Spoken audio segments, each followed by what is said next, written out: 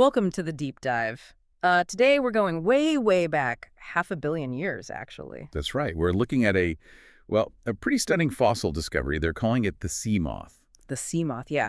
Officially, Masura fentoni, found up in the Canadian Rockies in the Burgess Shale. And our mission for this deep dive is to unpack what this fossil, Masura, tells us about the dawn of animal life. We're digging into the paleontology reports here. Okay, so let's picture this Masura. It's only about the length of your index finger. Small, yeah, but packed with some really strange features. Like 3 eyes, not 2, 3. And the mouth. It wasn't normal. No, definitely not. It was circular and lined with teeth. Someone described it like a pencil sharpener. Living pencil sharpener. Okay. And it gets weirder, right? The claws. Oh, yeah, the claws. Jointed claws at the front, near the head, covered in these long spines.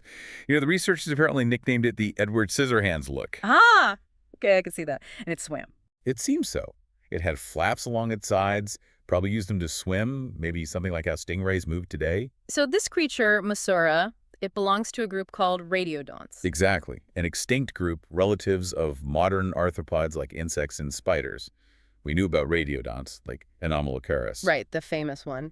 But Masura is different. It is. It shows a level of complexity we hadn't quite seen before in these early radiodonts. What's the really big deal about it then? It's the back end, the abdomen, basically.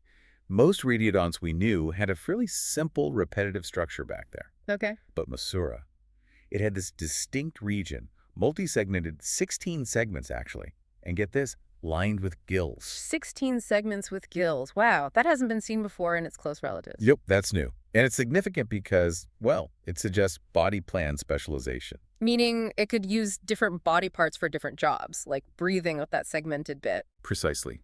That kind of specialization, modifying different body regions for specific functions, that's a big theme in arthropod evolution, the group that includes insects and crustaceans today. Masura shows it was happening really early. So this changes how we think about how complex life evolved back then, during the Cambrian explosion. It definitely adds a layer. We talk about the Cambrian explosion as this burst of new body plans, but Masura suggests that within some of those groups, like the arthropod ancestors, a lot of innovation, like the segmentation, might have been happening maybe even before the main explosion kicked into high gear. Driving the explosion, not just resulting from it. Potentially, yeah. Yeah. The fossil preservation is amazing, too. You can even see parts of its circulatory system, an open system with a heart in these spaces called lacunae where blood flowed. Incredible to decode. So it wasn't just simple blobs back then. These were complex, specialized animals. Very much so. Stuart Eady over the Smithsonian put it nicely. He said, the Cambrians set up the basic body plans, but Masura shows arthropods were definitely in on the explosion, experimenting early on. And it wasn't alone, right? It lived alongside other big players. Oh, yeah. It shared the seas with Anomalocaris canadensis, another famous radiodont, actually one of the top predators of the time. Imagine that neighborhood. Quite the scene.